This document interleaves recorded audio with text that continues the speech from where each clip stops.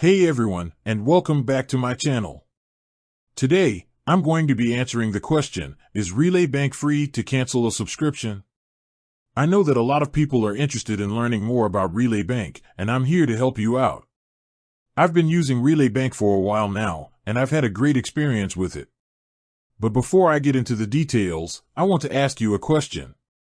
Have you ever been in a situation where you needed to cancel a subscription, but you couldn't figure out how to do it? If so, you're not alone.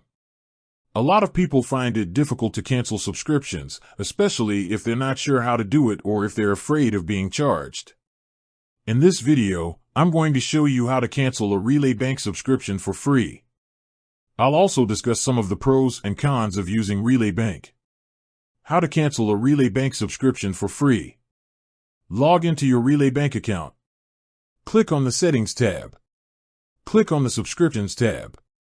Click on the subscription that you want to cancel. Click on the Cancel button.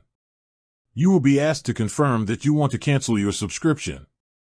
Click on the Confirm button. Your subscription will be canceled immediately.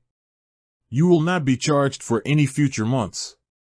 Pros and cons of using Relay Bank.